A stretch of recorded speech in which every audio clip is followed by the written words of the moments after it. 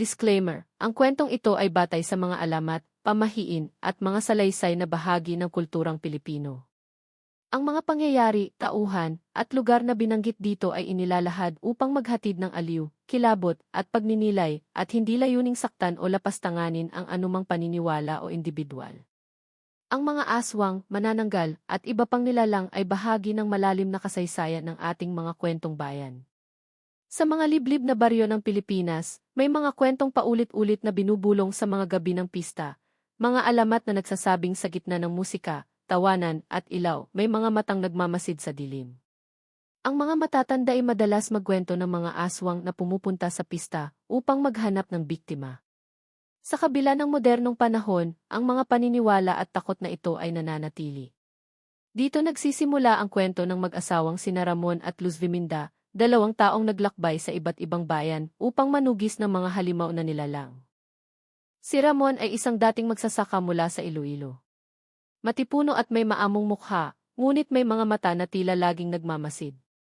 Bata pa lamang siya nang masaksihan niya ang pagdukot sa kanyang nakababatang kapatid ng isang nilalang na hindi maipaliwanag, isang aninong dumaan sa ilalim ng buwan, nag-iwan ng malamig na hangin at alingas-ngas ng mga paniki. Hindi na muling nakita ang kapatid, at ang pangyayaring iyon ang nagtanim ng galit at takot sa puso ni Ramon. Si Luz Viminda naman ay tubong antike, isang babaeng may malalim na pananampalataya at likas na tapang. Bata pa lamang siya ay kinupop na siya ng kanyang lola Salome, isang kilalang albularyo. Sa murang edad, natuto siya ng mga dasal, orasyon, at paggamit ng mga halamang gamot upang labanan ang mga masasamang espiritu. Nagtagpo ang kanilang mga landas sa isang pista sa Antique. Si Ramon, na noon ay naglalakbay upang maghanap ng mga kwento tungkol sa aswang, ay nakilala si Luz Viminda nang siya'y tulungan nitong pagalingin ang sugat na dulot ng isang kakaibang kagat sa kanyang braso. Mula sa simpleng pagkakaibigan, unti-unti silang nagkalapit, pinag-isa ng parehong takot at determinasyong pigilan ang mga halimaw na minsang kumuha ng mga mahal nila sa buhay. Sa kanilang kasal, hindi tradisyonal na mga pangako ang kanilang binitawan, kundi isang taimtim na panata, na sabay nilang haharapin ang dilim. Mula noon, naging kilala sila sa mga baryo bilang mag-asawang manghuli ng aswang. Sa bawat paglalakbay, dala nila ang mga kagamitan, mga anting-anting na minana ni Luz Viminda mula sa kanyang lola, mga bote ng bawang, langis ng niyog na may dasal, at mga bakal na kutsilyo na pinaniniwala ang mabisa laban sa mga nilalang ng gabi. Mayroon silang maliit na itim na kwaderno kung saan sinusulat ni Ramon ang bawat kwento at alamat na naririnig nila mula sa mga matatanda. Para sa kanila, ang bawat pista ay hindi lamang kasiyahan, ito'y isang labanan sa pagitan ng liwanag at dilim. Ang kanilang unang destinasyon ay ang baryo ng San Roque, isang maliit ngunit masiglang pamayanan sa gilid ng bundok. Bago pa man sila dumating, nakarinig na sila ng mga usap-usapan, may mga baboy na biglang nawawala sa gabi, at isang matandang babae ang sinasabing nahilo at nagkasakit matapos makatagpo ng kakaibang nilalang sa kakahuyan. Habang naglalakad papasok sa baryo, ramdam nila ang malamig na simoy na tila may dala ng mga lihim. Ang mga bahay na yari sa nipa at kawayan ay may mga palamuting banderitas, at ang mga bata ay masiglang nagtatakbuhan, walang kaalam-alam na may mga matang nagmamasid sa kanila. Habang inaayos ni Luz Viminda ang kanilang mga gamit, si Ramon ay nagmasid sa paligid. Napansin niya ang isang matandang lalaki na tila hindi nagtatagal sa mga mata ng iba, isang saglit na titig, at bigla itong lilihis ng tingin. Sa kanyang dibdib, may anting-anting itong pilit itinatago. Luz, may kakaibang pakiramdam ako rito, bulong niya. Parang may nagtatago sa likod ng mga halakhak. Tumango si Luz Viminda. Sanay na ako sa ganitong pakiramdam. Iyan ang simula ng isang gabi ng panganib. Nang sumapit ang gabi, sumiklab ang kasiyahan sa baryo. Ang mga tambol ay nag-ugong at ang mga ilaw ay nagliwanag sa buong plaza. Ngunit sa gitna ng tawanan, nakaramdam sila ng kakaibang katahimikan sa paligid, mga aso na tahimik na tila nakikinig, mga kuliglig na biglang tumigil. Hinawakan ni Ramon ang kamay ni Luz Viminda, at sa kanilang mga mata ay mababasa ang parehong damdamin, ito na ang simula. Ang mag-asawa ay hindi mga bayani sa paningin ng lahat. Sa maraming baryo, may mga taong nagdududa sa kanila, tinatawag silang mga palaboy na gumagawa lamang ng kwento para sa pansariling kapakinabangan. Ngunit para kay Ramon at Luz Viminda, hindi na kailangan ng pagkilala. Ang bawat gabing nagtatapos na ligtas ang mga tao ay sapat na gantimpala para sa kanila. Habang nagbubukas ang gabi ng pista sa San Roque, bumalik sa alaala ni Ramon ang mga salita ng isang matandang albularyo na kanilang nakilala, hindi lahat ng pista ay para sa kasiyahan. Minsan, ang pista ay maskara ng dilim. At ngayong gabi, handa silang tanggalin ang maskarang iyon, kahit na ang kapalit ay sariling buhay. Pagkatapos ng maikling pahinga at dasal, naglakad sina Ramon at Luz Viminda papunta sa sentro ng baryo ng San Roque, kung saan nagsisimula na ang kasiyahan. Ang mga banderitas na makukulay ay kumikislap sa ilalim ng ilaw ng mga bumbilyang nakasabit sa mga kawayan. Sa bawat kanto, may mga tindang pagkain, inihaw na baboy, bibingka, suman, at mga palamig na kulay rosas at berde. Ang mga tambol at gitara ay nagbubuo ng masiglang himig, at ang mga bata ay nagtatakbuhan habang may mga matatandang nagkukwentuhan sa gilid. Sa unang tingin, walang kahit anong tanda ng panganib, ngunit sa mata ng dalawang mga ngaso ng dilim, ang pista ay isang entablado kung saan nagsasanib ang saya at takot. Habang nagmamasid si Ramon, napansin niya ang kakaibang paggalaw ng ilang hayop sa paligid. Ang mga pusa ay nagtatago sa ilalim ng mga mesa, at ang mga aso ay nakatingin sa dilim ng kakahuyan na tila may inaabangan. Luz, bulong niya, parang may ibang presensya ngayong gabi. Hindi ito normal. Tumango si Luz Viminda at hinawakan ng mahigpit ang maliit na boteng mailangis ng niyog na may dasal. Maging handa ka, sagot niya. Lumapit sa kanila ang isang matandang lalaki na may hawak na baston. Mga dayo ba kayo? Tanong nito, medyo may alinlangan sa boses. Tatay, sagot ni Ramon na may paggalang. Nabalitaan naming mas masaya raw dito ang pista. Pero may iba rin kaming pakay. Nagkatinginan ang matanda at si Luz Viminda. Kung ganoon, mahina ang tinig ng matanda, mag-ingat kayo. May mga gabi na hindi para sa tao. Sa pagsapit ng hating gabi, mas dumami ang tao at mas naging masigla ang tugtugan.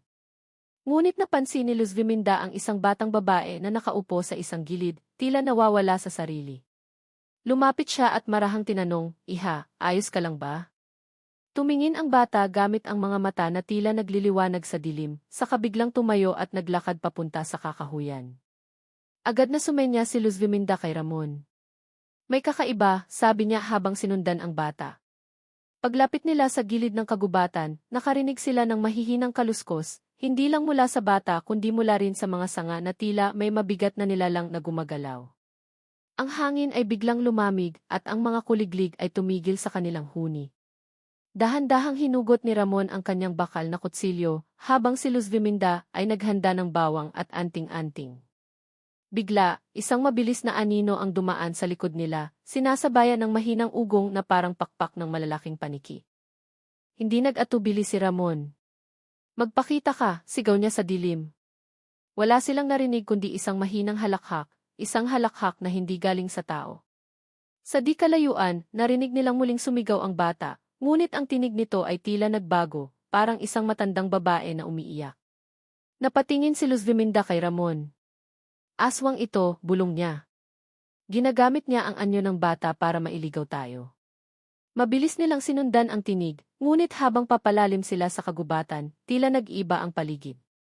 Ang mga puno ay nagmistulang mas mataas at mas siksik, at ang mga landas na kanina ipamilyar ay biglang naging banyaga.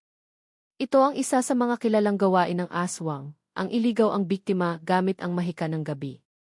Huminto si Luz Viminda, isinuksok ang bawang sa paligid ng kanyang liig, at sinindihan ang isang maliit na kandila mula sa kanyang dala. Huwag kang bibitaw sa kamay ko, Mon, sabi niya. Bigla nilang narinig ang mga yabag sa paligid, hindi lamang isa, kundi tila marami. Sa ilalim ng malamlam na liwanag ng kandila, may mga mata na nagliliwanag sa dilim, paikot sa kanila. Hinugot ni Ramon ang maliit na kampanilya na may basbas at inalog ito. Ang tunog ng kampanilya ay nagpaatras sa mga aninong iyon. Isang malakas na sigaw ng halimaw ang gumimbal sa kagubatan bago ito naglaho. Pagbalik nila sa baryo, natagpuan nilang nagkakagulo ang mga tao. May isang batang lalaki ang nawawala mula sa pista. Ang mga magulang nito ay umiiyak habang ang ibang matatanda ay nagdadasal. Lumapit si Ramon sa mga taga-baryo at nagsabi, kailangan nating magbantay ngayong gabi. Hindi ito karaniwang pagdiriwang. May mga nilalang na nagtatago sa paligid. May mga nagduda, ngunit ang takot sa mga mata ng iba ay malinaw. Habang nagpapatuloy ang gabi, nagsimula silang magpatrolya sa paligid ng baryo, kasama ang ilang matatapang na kalalakihan. Dala nila ang mga sulo, bawang at bakal. Sa malayo, muling narinig ang mahihinang halakhak at pagaspas ng mga pakpak. Sa bawat tunog, alam ni na Ramon at Luz Viminda na hindi pa tapos ang laban. Ang unang pista ay nagbigay na ng babala, hindi lang sila ang nagmamasid.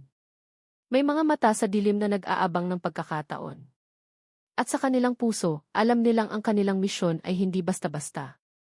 Ito ay simula pa lamang ng mahabang gabi ng pag-uusig, isang laban na maaaring kumitil sa kanilang buhay, ngunit handa silang harapin ito para sa mga inosente. Sa gitna ng mga banderitas at awitin, nagsimula ang tunay na laban-laban sa mga aninong matagal nang naninirahan sa mga alamat.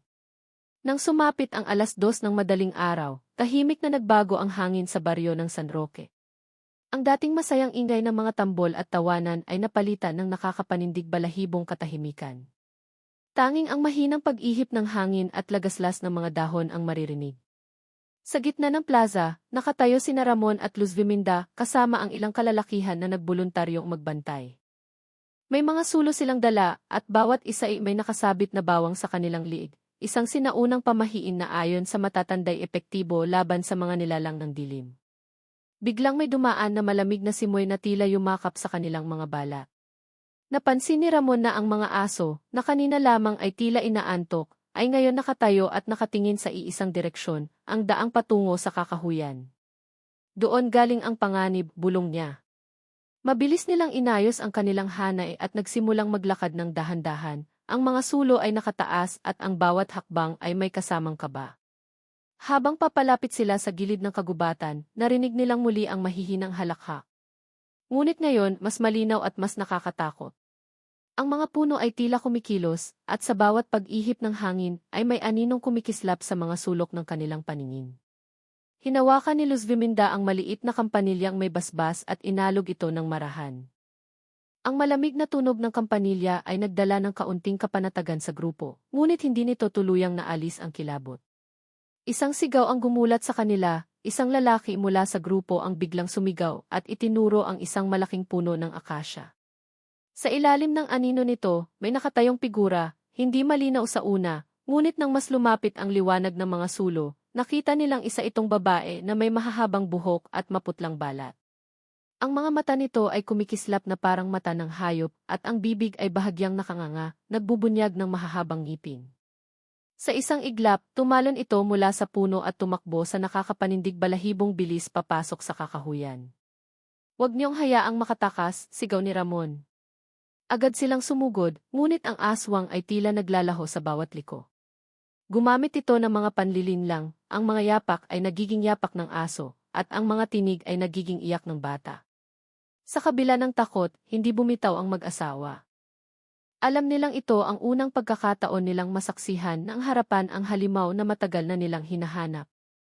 Habang patuloy ang habulan, nagpasya si Luz Viminda na maglatag ng bawang at asin sa lupa, isang ritual na itinuro ng kanyang lola upang magpahina ng kapangyarihan ng mga nilalang. Bigla, ang aswang ay huminto sa gitna ng isang maliit na clearing. Ang anyo nito ay unti-unting nagbago, mula sa anyong babae, nagpakita ito ng tunay na anyo, maitim ang balat, mahaba ang mga kuko, at may mga pakpak na parang paniki. Ang huni ng mga kuliglig ay muling tumigil at ang paligid ay nabalot ng nakabibinging katahimikan. "Huwag kang lalapit sa baryo," mariing sabi ni Ramon, itinutok ang kanyang bakal na kutsilyo. Ngunit imbes na umatras, ngumisi ang aswang at nagsalita sa tinig na tila gumuguhit sa kaluluwa, "Hindi ninyo kayang pigilan ang dilim. Marami kami at hindi ninyo alam kung sino ang kakampi." Sa isang iglap, sumugod ito kay Ramon at muntik na siyang tamaan ng mahahabang kuko. Sa bilis ng pangyayari, nagamit ni Luz Viminda ang langis ng niyog na may dasal at itinapon ito sa nilalang. Ang aswang ay napaatras at nagsisigaw, ang balat nito'y tila nasusunog. Hindi nag-aksaya ng oras si Ramon. Mabilis niyang sinaksak ng bakal na kutsilyo ang nilalang sa balikat. Ang aswang ay sumigaw ng malakas, nagbigay ng alingaw na umabot sa buong kagubatan. Ngunit bago nila ito tuluyang mapuruhan, nagbukas ang mga pakpak nito at mabilis na lumipad palayo, naglaho sa kalangitan na parabang nagbabanta ng pagbabalik. Nang bumalik sila sa baryo, sinalubong sila ng mga tao, may ilan na humahanga, ngunit may iba ring nag-aalinlangan. Baka kayo ang nagdala ng malas, sabi ng isang matandang babae. Ngunit may isang ina na lumapit, umiiyak at nagpasalamat dahil nailigtas nila ang kanyang anak na muntik ng matangay. Sa kabila ng mga duda, nagsimulang kumalat ang balita tungkol sa mag-asawang dumayo para magbantay sa pista. Ang mga kabataan ay nagkukwentuhan tungkol sa kanilang katapangan, at ang matatanda ay muling naalala ang mga alamat na matagal nang binabaliwala. Sa gabing iyon, habang nakaupo sa gilid ng baryo, nagmuni-muni sina Ramon at Luz Viminda. Alam nilang ang laban ay malayo pa sa katapusan. Ang aswang na iyon ay bahagi lamang ng mas malaking pangkat. Ang bawat pista na kanilang dadayuhin ay maaaring maging bitag, at ang bawat taong humingiti sa kanila ay maaaring may tinatagong lihim. Ngunit sa kabila ng panganib, mas lalong tumibay ang kanilang panata. Habang tinatanaw nila ang mga bituin, naalala nila ang kanilang panunumpa noong kasal, na sabay nilang haharapin ang dilim. At ngayong gabi, sa ilalim ng liwanag ng buwan, nagsimula ng kumalat ang kanilang pangalan, mga mag-asawang handang isugal ang lahat upang protektahan ang mga inosente laban sa mga aninong matagal nang nagtatago sa kasaysayan. Matapos ang nangyari sa San Roque, mabilis na kumalat ang balita tungkol sa mag-asawang manghuli ng aswang. Sa bawat baryo at bayan na nadaraanan nila, may mga bulong-bulungan na tungkol sa dalawang estrangherong dumarating tuwing pista, dala ang mga anting-anting, bawang at bakal. May mga nagsasabing sila'y mga bayani, ngunit mayroon ding naniniwala na sila mismo ang nagdadala ng malas at panganib. Gayunpaman, hindi ito naging hadlang sa kanilang misyon. Ang kanilang susunod na destinasyon ay ang baryo ng San Isidro sa Capiz, isang lugar na kilala sa mga alamat ng mga manananggal. Ang biyahe patungo roon ay mahaba at nakakapagod, nilakbay nila ang mabatong daan at tumawid sa ilog habang bitbit ang kanilang mga gamit. Habang naglalakad, kinuwento ni Ramon kay Luz Viminda ang isang kwento na narinig niya noon. Isang batang lalaki raw ang nawala tuwing pista sa San Isidro, at nang matagpuan, ang katawan nito'y tuyot na parang sinipsip ng dugo. Si Luz Viminda ay nakinig ng mabuti at lalo pang pinagtibay ang kanilang panata. Pagdating nila sa San Isidro, sinalubong sila ng mga masiglang kulay ng banderitas at halakhak ng mga tao. Ngunit sa kabila ng kasayahan, may kakaibang aura ang baryo, tila may mga matang nagmamasid sa bawat sulok. Napansin ni Luz Viminda ang ilang babae na tila masyadong maputla na nakatingin sa kanila ng matalim. Mon, bulong niya, may iba sa mga babaeng iyon. Hindi sila basta mga bisita. Tumango si Ramon at nagkunwaring hindi nag-aalala, ngunit sa loob-loob niya ay alam niyang tama si Luz Viminda. Sa gabi ng pista, muling bumalik ang mga palatandaan ng panganib, ang mga aso ay biglang tumahimik at ang hangin ay nagdala ng malamig na dampi. Habang ang mga tao ay nagsasayawan, nakakita si Ramon ng isang aninong dumaan sa bubungan ng isang bahay, mabilis, parang isang malaking ibon. Agad siyang nagbigay ng senyas kay Luz Viminda. Tumakbo sila patungo sa gilid ng baryo, kung saan mas madilim at kakaunti ang tao. Doon nila nasilayan ang isang nilalang na nakalambitin sa sanga ng puno, isang manananggal na may maitim na balat at matatalim na ngipin. Ang katawan nito ay nahati sa bewang, at ang mga pakpak ay pumapadyak sa hangin. Dito tayo magkakaalaman, sabi ni Ramon habang inihahanda ang kanyang kutsilyo. Lumapit ang manananggal, naglalabas ng tunog na parang huni ng malaking paniki. Ngunit bago pa ito makalapit, itinapon ni Luz Viminda ang langis na may dasal sa lupa, na lumikha ng liwanag na tila humarang sa halimaw. Ang manananggal ay umungol at mabilis na umakyat sa itaas ng mga puno, ngunit bago ito tuluyang makalayo, tinamaan ito ni Ramon ng kanyang kutsilyo. Isang matinis na hiyaw ang nag-etso sa buong baryo. Kinabukasan, may natagpuan ang mga taga-baryo na katawan ng isang babae sa kakahuyan, patay at nahahati sa bewang.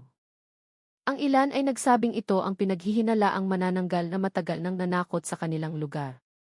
Ngunit imbes na purihin, may ilan na galit na tumingin kina Ramon at Luz Viminda. Kung hindi kayo dumating, baka hindi nagkagulo rito, sabi ng isang matandang lalaki. Ngunit may mga kabataan at ilang matatanda na lumapit at nagpasalamat sa kanila, dahil alam nilang nailigtas ang marami sa trahedya.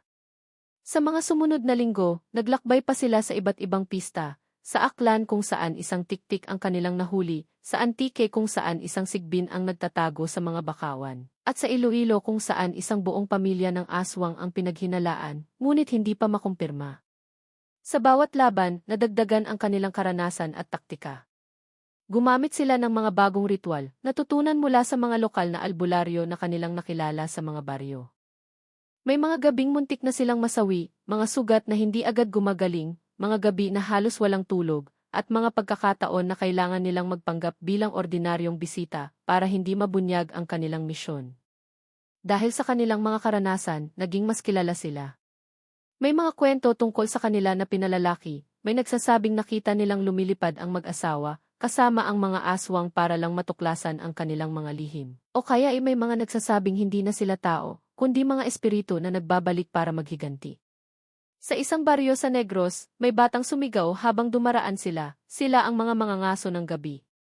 Ang mga matatanda naman ay nagtatanda ng krus sa kanilang mga noo tuwing maririnig ang kanilang pangalan. Ngunit para kay Ramon at Luz Viminda, hindi nila kailanman hinangad ang kasikatan. Sa bawat pista na kanilang dinadayo, hindi nila iniisip ang mga kwento, iniisip nila ang mga buhay na maililigtas. Sa isang gabi, habang nakatingin sa mga bituin pagkatapos ng isang laban, tinanong ni Luz Viminda si Ramon, hanggang kailan natin ito gagawin? Sagot ni Ramon, hanggang sa wala ng batang iiyak sa dilim. Hanggang sa wala ng pista na mauwi sa dugo. Ang kanilang reputasyon ay unti-unting nagiging alamat. Ang mga bata ay natututo ng mga dasal na itinuro ni Luz Viminda, at ang mga kalalakihan ay nagdadala na ngayon ng bawang at bakal sa kanilang mga pista. Ngunit kasabay ng kanilang kasikatan ay ang pag-usbong ng mas matinding panganib. Sa bawat baryong kanilang binibisita, nararamdaman nila ang isang presensya, isang malakas na puwersa na tila sumusubaybay sa kanila. At sa bawat halakhak na naririnig nila sa dilim, alam nilang may mga matang hindi nasisiyahan na may mang-umis na kumakalaban sa kanila. Habang lumalalim ang gabi at nagpapatuloy ang kanilang mga paglalakbay, hindi maiwasang maramdaman ng mag-asawa ang bigat ng kanilang misyon. Ngunit sa kabila ng lahat, patuloy silang naglalakbay, dahil alam nilang kung hindi sila kikilos, sino pa. Habang patuloy na lumalawak ang kasikatan ni Ramon at Luz Viminda, hindi nila inaasahan na ang kanilang mga tagumpay ay magsisimulang gumising sa mas malalaking puwersa ng dilim. Ang bawat pista na kanilang pinuntahan ay tila may mas mabigat na presensya kaysa dati, ang mga halakhak ng mga aswang ay mas mababa, mas mabangis, at tila mas organisado. Sa kanilang pagdating sa isang malaking bayan sa Panay, isang matandang albularyo ang sumalubong sa kanila na may kakaibang babala, hindi lang basta mga gutom na aswang ang inyong kinakalaban. May isang nagbubuklod sa kanila, isang pinunong matagal nang nagkukubli sa mga tao. Ang bayang ito, Santa Clara, ay kilala sa pinakamalaking pista sa rehiyon. Dito nagtitipon ang mga tao mula sa mga karatig baryo, upang magdiwang at magsayawan sa gitna ng makukulay na banderitas at masiglang musika. Ngunit sa mga nakaraang taon, may mga misteryosong pagkawala ng mga alagang hayop at ilang batang hindi na muling nakita. Kadalasan, isinisisi ng mga tao ang mga hayop sa gubat o aksidenteng pagkaligaw. Ngunit para sa mga matatanda, alam nila ang may ibang nilalang na kumikilos. Pagdating ni Ramon at Luz Viminda, mainit silang sinalubong ng kapitan ng barangay, isang respetadong kagawad na nagngangalang Ginoo Ramil. Malaki ang kanyang katawan, may malalim na boses, at kilala sa baryo bilang isang leader na may malasakit. Kayo ang mag-asawang madalas pag-usapan, bati ni Ramil na may ngiti. Marami kayong natulungan. Siguradong magiging payapa ang pista ngayon. Ngunit habang nagsasalita siya, may kakaibang kirot sa pakiramdam ni Ramon, isang malamig na dampi sa hangin na dumaan sa kanyang batok. Hindi niya ito ipinahalata, ngunit napansin din ni Luz Viminda ang mga mata ni Ramil na tila masyadong matalim para sa isang ngiti. Sa mga susunod na araw bago ang pista, nagmasid ang mag-asawa. Nakita nilang kakaiba ang kilos ng ilang tao, may mga kabataang biglang nawawala sa gabi, mga hayop na natagpuang walang laman ang katawan, at isang bahay na tila laging may kakaibang amoy tuwing gabi. Pinuntahan nila ang matandang albularyo ng baryo, si Lola Benita, na nagsabi sa kanila, matagal nang may mga aswang dito, ngunit may isang pinuno, isang nilalang na kayang magbalat kayo bilang isang tao. Siya ang nagbubuklod sa kanila. At natatakot ako baka ang taong iyon ay nasa tabi-tabi lang ninyo. Sa gabi bago magsimula ang pista, nagplano sina Ramon at Luz Viminda. Gumuhit sila ng mapa ng baryo, naglatag ng mga bawang sa paligid ng plaza, at inutusan ang ilang pinagkakatiwalaang kalalakihan na magbantay sa mga pangunahing daanan. Habang inaayos nila ang mga gamit, napansin nilang mula sa malayo, may mga matang kumikislap sa dilim. Maririnig din ang mahihinang yabag na parang may sumusubaybay sa kanila. Pagsapit ng gabi ng pista, naging makulay at masaya ang paligid. May mga sayawan, kantahan at mga palaro para sa mga bata. Ngunit sa kabila ng musika, may kaba sa hangin na hindi maitatago. Lumapit sa kanila si Kapitan Ramil na may malaking ngiti. Mukhang payapa ngayon, sabi niya. Ngunit habang nag-uusap sila, isang batang babae ang sumigaw mula sa dulo ng plaza, isang sigaw ng takot na pumunit sa ingay ng kasiyahan. Mabilis na tumakbo sina Ramon at Luz Viminda papunta sa pinagmulan ng sigaw. Sa gilid ng baryo, nakita nilang may nilalang na nagtatangkang agawin ang bata. Ang anyo nito'y nagbago habang tumatakbo, mula sa itsura ng isang matandang babae, naging isang maitim na halimaw na may malalaking kuko. Tumalon ito sa isang bakod at nagtangkang tumakas, ngunit mabilis itong sinundan ni Ramon. Sa gitna ng habulan, napansin niyang ang nilalang ay tumigil malapit sa isang malaking bahay, ang bahay ni Kapitan Ramil. Nang makabalik sila sa plaza, napansin nilang wala si Ramil sa kasayahan. Lumapit si Luz Viminda kay Ramon at bumulong, hindi mo ba napansin? Parang alam ng halimaw kung saan siya ligtas. Baka may kinalaman si Kapitan. Nagduda si Ramon ngunit hindi pa niya masabi ang hinala ng walang ebidensya. Kinagabihan, habang natutulog ang karamihan, nagdesisyon silang magbantay sa labas ng bahay ni Ramil. Sa kalagitnaan ng gabi, nakita nilang may aninong lumabas sa likod ng bahay, isang anyong tao na unti-unting nagbago, mahahabang kuko, kumikislap na mga mata, at isang ngiting puno ng kalupitan. Si Kapitan Ramil mismo ang lider ng mga aswang. Ngunit hindi lang iyon ang kanilang natuklasan. Mula sa kagubatan, unti-unting nagsilabasan ang iba pang nilalang, mga aswang na tila tinawag ng kanilang pinuno. Ang kanilang mga mata ay kumikislap sa dilim, at ang kanilang mga ngiti ay tila nag-aanyaya ng kaguluhan. Alam ni Ramon at Luz Viminda na ang laban na ito ay higit pa sa mga nakaraang laban. Hindi na lamang sila haharap sa iisang nilalang, kundi sa isang buong hukbo na nagbabalak maghasik ng lagim sa pinakamalaking pista ng rehiyon.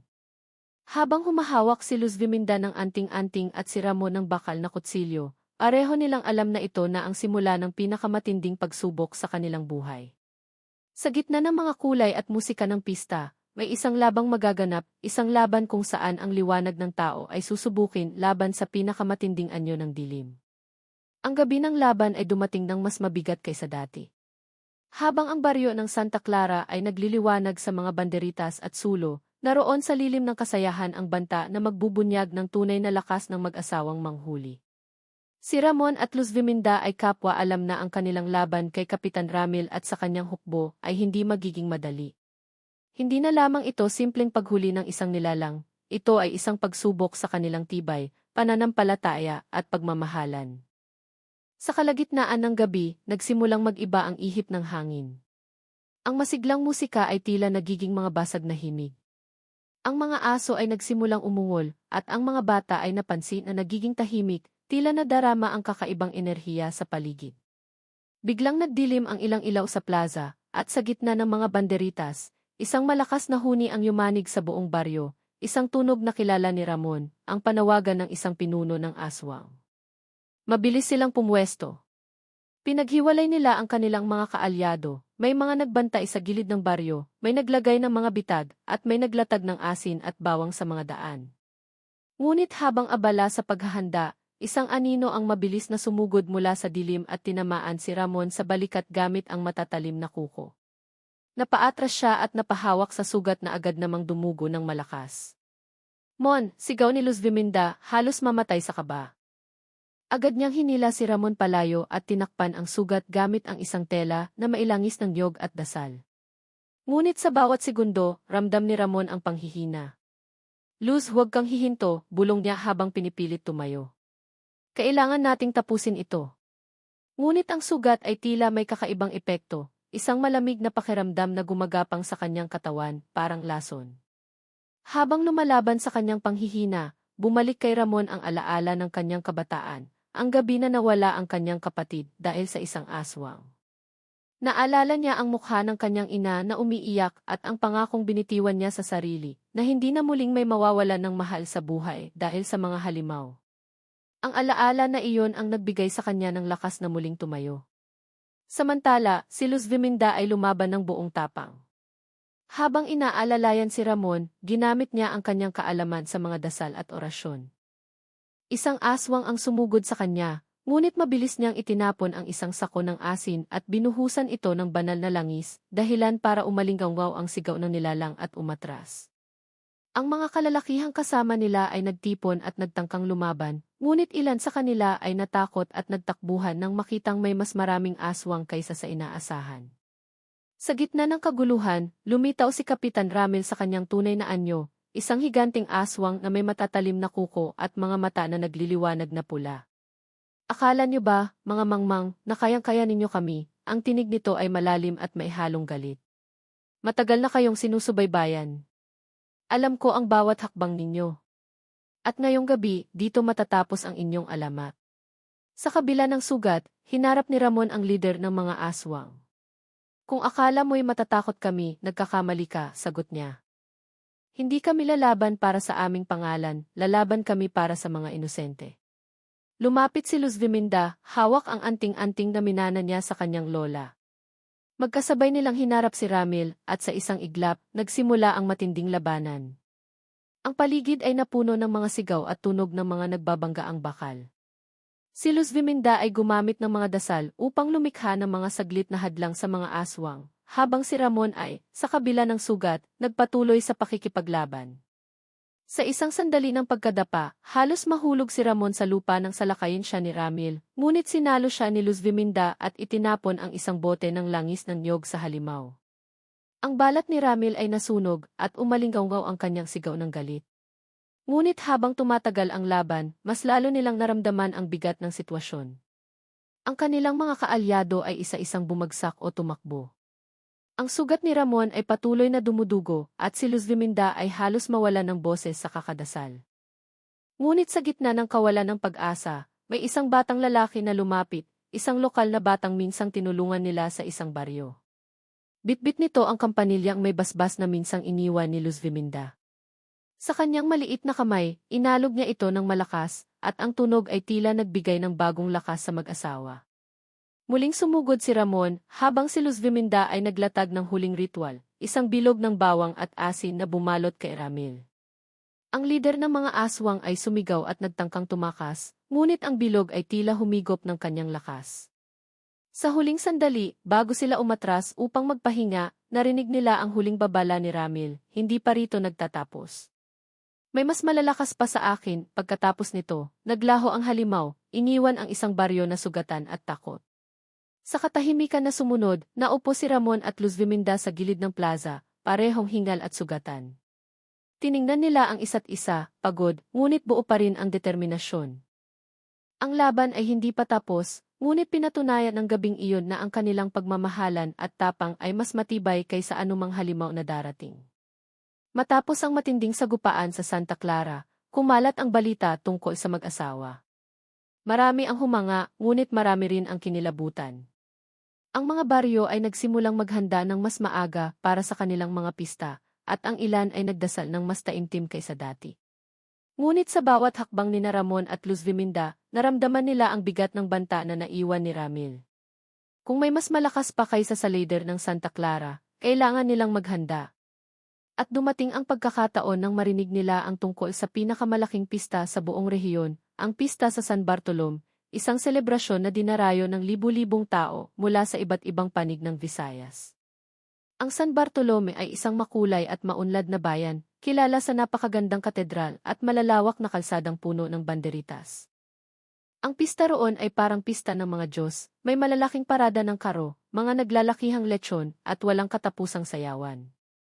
Ngunit sa likod ng kasayahan, may mga bulong-bulungan na kakaibang pagkawala ng mga bata at mga bakas ng malalaking nilalang na nakikita sa mga palayan tuwing gabi. Ito ang pagkakataong hindi nila maaaring palampasin, kahit na alam nilang mas malaking panganib ang naghihintay. Pagdating nila sa San Bartolome, sinalubong sila ng matandang pari ng katedral, si Padre Ernesto. Ang kanyang mga mata ay puno ng pag-aalala, ngunit may halong pag-asa nang makita sila. Kayo ba ang mag-asawang lumaban sa Santa Clara? Tanong niya.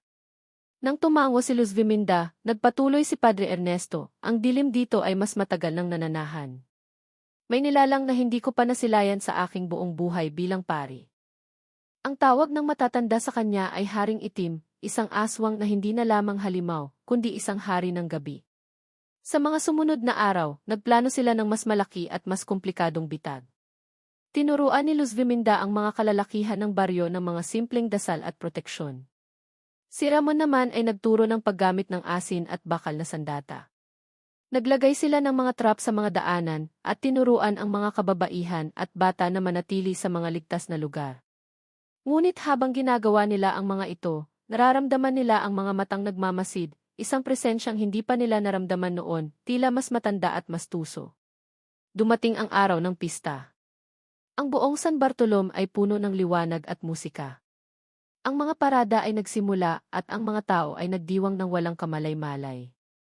Ngunit habang sumisikat ang buwan, nagsimulang humina ang ihip ng hangin at namatay ang ilang ilaw ng kalsada. Sa malayo, isang malakas na huni ang sumalubong sa lahat, mas malakas, mas mababa at mas malamig kaysa kay Ramil. Ang lupa ay tila umuga ng bahagya, at mula sa mga kakahuyan ay lumitaw ang isang hukbo ng mga aswang, mas marami kaysa sa kanilang nakita sa buong buhay nila. Sa gitna ng kaguluhan, bumukas ang malaking pinto ng katedral, at mula roon ay lumabas ang isang nilalang na may maitim na balat na tila usok, mga pakpak na malalaki at baluktot, at mga matang pula na parang naglalagablab. Siya ang Haring Itim. Ang kanyang boses ay umalingaw-ngao sa buong bayan, kayo ang mga mang-iiwas ng takot sa mga tao. Ngunit ngayong gabi, ako ang magtatakda ng kapalaran ninyo. Sumugod ang mga aswang at nagsimula ang labanan. Ang mga trap na inilagay ni Ramon at Luz Viminda ay nagbigay ng sandaling bentahe. May mga aswang na nasunog sa banal na langis, at ang ilan ay naipit sa mga bitag.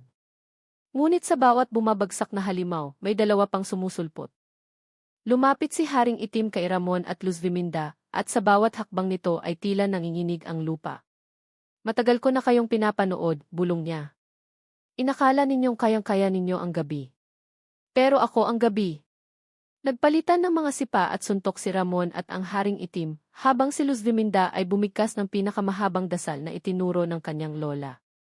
Ngunit sa isang sandali, tinamaan ng Haring Itim si Ramon at itinapon siya sa gilid, halos mawalan ng malay. Dumugo ang kanyang noo at humina ang kanyang hinga. Lumapit ang nilalang kay Luz Viminda at ngumisi. Nang wala ang iyong asawa, mahina ka, anito. Ngunit sa gitna ng kanyang takot, hinugot ni Luz Viminda ang anting-anting, itinaas ito sa langit, at buong puso siyang nagdasal, Diyos na nasa itaas, bigyan niyo kami ng liwanag laban sa dilim. Isang malakas na kidlat ang kumislap sa langit at tumama sa katedral. Ang kampanaryo ay kumalansing ng malakas, at ang tunog ay tila humaplos sa mga kaluluwa ng lahat ng naroon. Muling nagising si Ramon at sa huling lakas niya ay sinugod ang Haring Itim, itinulak ito sa gitna ng bilog ng asin at bawang. Nag-umpisa itong umusok at sumigaw, habang si Luz Viminda ay patuloy na nagdarasal. Ang mga aswang ay nagsimulang umatras, at ang ilang sumubok lumapit ay nasunog sa liwanag na nagmumula sa anting-anting. Sa huling sigaw ng galit, ang Haring Itim ay naglaho, iniwan ang isang alinggaw na tila babala, hindi ako tuluyang naglaho. Magbabalik ako ang baryo ay tahimik na muling bumalik sa kasiyahan, ngunit ang mga tao ay alam na ang gabing iyon ay nagbago ng lahat. Ang mag-asawa, bagamat sugatan at pagod, ay nagyakap sa gitna ng plaza. Ang kanilang mga mata ay puno ng luha, hindi dahil sa takot, kundi dahil sa pag-asa na kahit gaano kalaki ang dilim, may liwanag na laging babalik. Matapos ang pinakahuling laban sa San Bartolome, si Ramon at Luz Viminda ay naglakbay pabalik sa mga baryo, dala ang kanilang sugatang katawan at puso na puno ng pasasalamat sa Diyos at sa kanilang tapang. Ang bawat hakbang ay may kasamang alaala ng mga taong kanilang nailigtas, mga bata, matatanda, at kababaihan na dati takot na takot sa gabi, ngunit ngayon ay muling nagkakaroon ng kapanatagan. Ang kanilang pangalan ay unti-unting nagiging alamat, hindi lamang sa kanilang mga kasamahan sa laban kundi pati na rin sa mga bata at matatanda na nagkukwento sa bawat plaza at paligid ng baryo. Ang mag-asawa ay patuloy na nagbabantay, hindi para sa sariling karangalan kundi para sa mga inosenteng buhay. Sa kanilang pagbabalik sa San Roque, muli silang sinalubong ng mga taong dati nagduda sa kanila. Ngayon, may mga batang nagdala ng mga kampanilya, may mga matatanda na naglatag ng bawang sa kanilang mga pintuan bilang paggalang sa kanilang ginawa. Ngunit higit sa lahat, may bagong kultura ng paghahanda. Ang mga pista ay hindi lamang kasiyahan kundi pagkakataon upang maging alerto at magtulungan laban sa dilim. Si Ramon at Luz Viminda ay nagpatuloy sa kanilang misyon, dumadalaw sa iba't ibang baryo tuwing pista. Sa bawat lugar na kanilang pinuntahan, iniwan nila ang aral ng tapang, pagkakaisa, at pananampalataya. Ngunit sa likod ng bawat tagumpay, may palaging nakabubulig na pangamba, ang haring itim na nagbanta sa San Bartolome ay hindi pa tuluyang naglaho. Alam nila na darating ang panahon na muling susubukan ng mas malakas na puwersa ang kanilang tapang at pagmamahalan. Sa mga gabi ng katahimikan, habang tinitingnan nila ang mga bituin, nag-uusap sila tungkol sa kanilang misyon at sa hinaharap. Mon, bulong ni Luz Viminda habang hawak ang kamay ni Ramon, marahil ay hindi matatapos ang laban na ito. Ngunit kahit gaano karami ang dilim, alam kong kasama kita. Tumango si Ramon, at sa kanyang puso, ramdam niya ang parehong katapangan at pag-ibig. Luz, hanggat may buhay tayo, lalaban tayo, para sa bawat bata, para sa bawat pamilya, para sa liwanag. Ang kanilang kwento ay hindi nagtatapos sa kanilang huling laban. Sa halip, nagsimula ito bilang alamat na paulit-ulit na ikinukwento sa mga baryo, tungkol sa mag-asawang dumadayo sa mga pista upang protektahan ang mga tao laban sa mga aswang, tungkol sa tapang at pagmamahalan na nagtagumpay laban sa dilim. Ang pangalan ni Ramon at Luz Viminda ay naging simbolo ng pag-asa, at sa bawat gabing may pista, may mga matang nagmamasid sa dilim, ngunit alam ng bawat isa, may mag-asawa na handang sumugod, handang lumaban, handang iligtas ang mga inosente. At sa bawat bulong ng matatanda at bawat kwento ng kabataan, nananatiling buhay ang alamat, ang mag-asawang dumadayo sa mga pista upang manugis ng aswang.